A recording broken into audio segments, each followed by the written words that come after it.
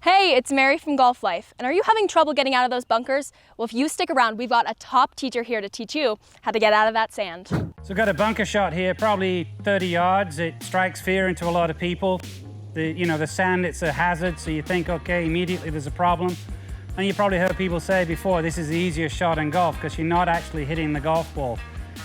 Sounds straightforward, but what are we actually trying to do? I use my lob wedge out of the bunker. It has the most loft on it because I want the ball to get up first and foremost, and then I want the ball to get forwards. And so what I find people do is they don't swing hard enough for the bunker. Psychologically, you're standing 25 yards from your target and you're taking what feels like a pretty full swing. And that really doesn't compute very well for a lot of people.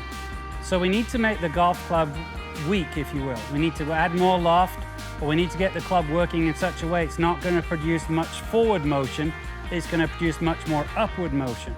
So there's a couple of things I'd like to do with the setup, and then the swing really is pretty straightforward from there. There's not a lot going to change. The biggest thing with the swing is we're really going to try and thump the sand. So we want some speed, and we're really going to try and thump the sand. But let's talk setup. Let's get the setup first of all. So some setup stuff we're going to do, a little wider than normal stance if I was on the grass. Makes my backside a little bit lower.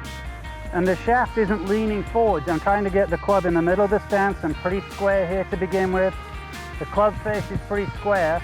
What I'm trying to do is, watching on the video, the top of the grip isn't going to move much, but the club head is. I'm trying to move the club around me quite a bit, so it almost feels and looks like that.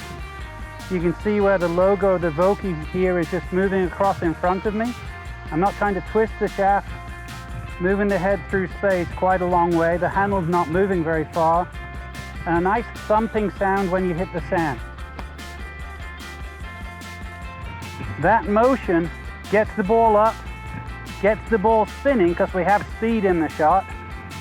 I've already set the depth of sand I'm going to take by putting my feet into the sand. So it really takes care of itself with the setup.